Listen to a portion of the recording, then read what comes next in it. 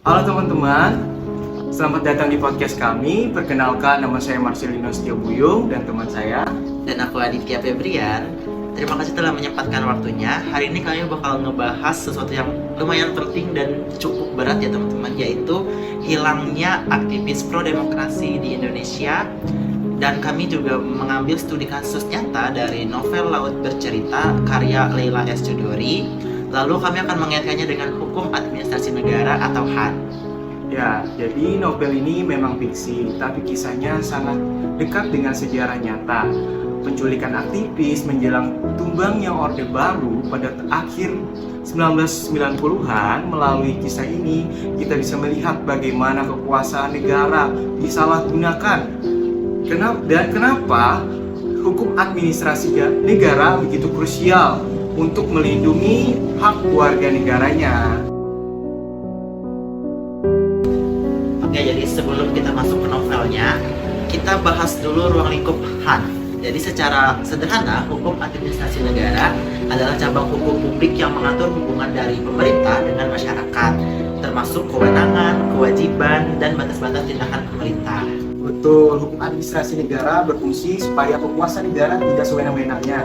Ada 3 konsep kunci yang digunakan untuk menilai kasus novel ini. Yang pertama, diskresi administrasi negara, di mana pemerintah tidak boleh mengambil keputusan dalam kondisi darurat, tapi keputusan itu tidak boleh bertentangan dengan undang-undang. Yang kedua, yaitu negara hukum. Semua tindakan pemerintah harus berdasarkan hukum, bukan semata perintah penguasa. Yang ketiga itu pelindungan hak asasi manusia.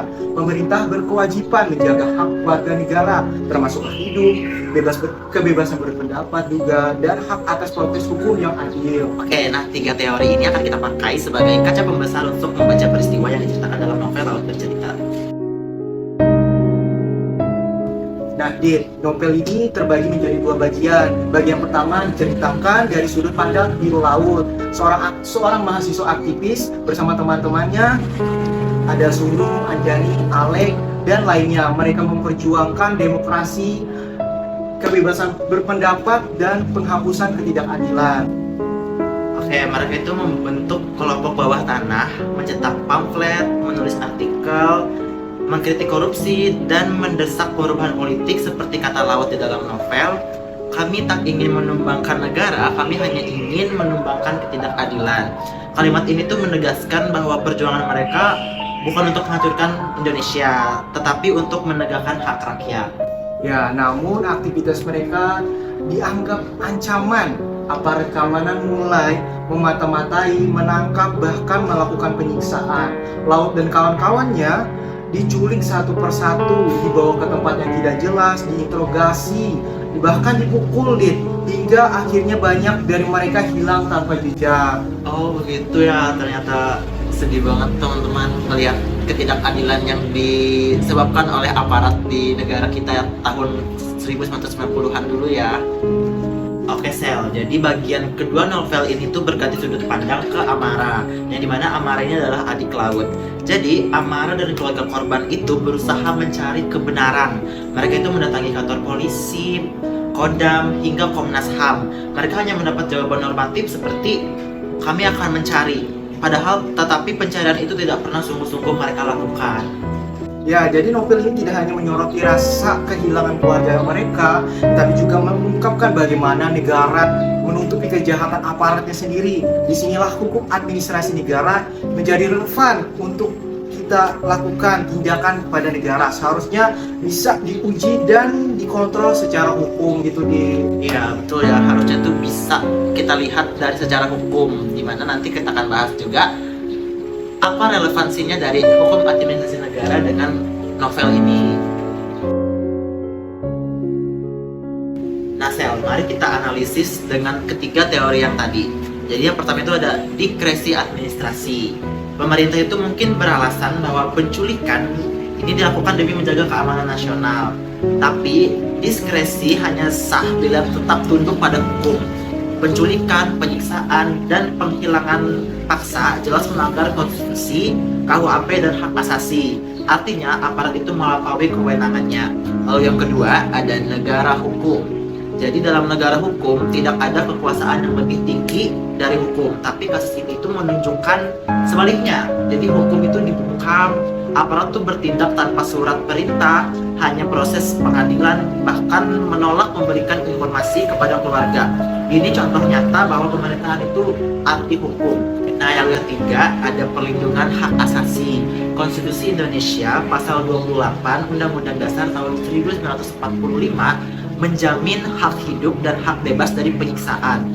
Hilangnya laut dan kawan-kawannya itu adalah bukti kegagalan negara melindungi hak paling dasar warganya. Nah, jadi hukum administrasi negara ini sebenarnya menyediakan mekanisme seperti kontrol, biasanya menggugat ke PT UN, laporan ke Ombudsman, hingga Komnas HAM. Tapi di masa itu, lembaga-lembaga ini tidak cukup kuat, sehingga keluarganya hanya menunggu tanpa kepastian ini. Nah, yang menarik nih Sel, jadi meskipun novel ini tuh berlatar 1990-an, isu yang diangkat itu masih terasa hingga sekarang. Jadi kita tuh masih mendengar kabar kayak kekerasan terhadap aktivis, pembatasan kebebasan berpendapat, dan lambatnya penanganan pelanggaran HAM berat yang ada di Indonesia. Nah, itu artinya hukum administrasi negara bukan hanya sekolah teori di kampus.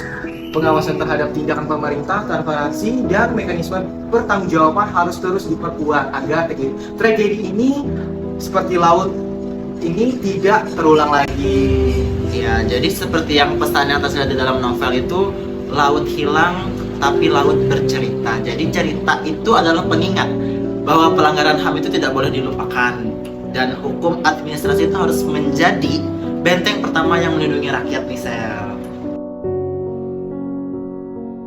Nah, kita sebagai mahasiswa administrasi negara, kita belajar bahwa hukum administrasi negara bukan hanya soal peraturan, tetapi juga keberanian menuntut pertanggungjawaban negara. Negara memang punya kewenangan, tetapi kekuasaannya itu harus selalu dibatasi oleh hukum. Ya, kita itu juga diingatkan ya bahwa sejarah kelam itu bukan hanya catatan masa lalu, teman-teman. Jadi jika masyarakat lengah, penyalahgunaan kekuasaan itu bisa terjadi lagi di masa sekarang, meski dalam bentuk yang berbeda-beda nih.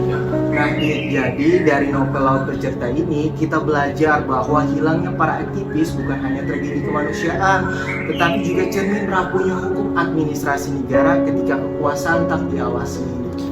Ya, semoga pembahasan kami kali ini tuh bisa membuat kita semua lebih peka terhadap hak-hak asasi dan menuntut negara untuk selalu taat hukum. Terima kasih semua yang sudah mendengarkan podcast kami. Sampai jumpa teman-teman. Mari terus jaga ingatan agar sejarah kelam tidak terulang. Maka di hari kematianku kawan, pastikan suaraku datang laut. Pastikan jiwaku menjadi bagian dari api. Pastikan rohku menghidupi sajak ini.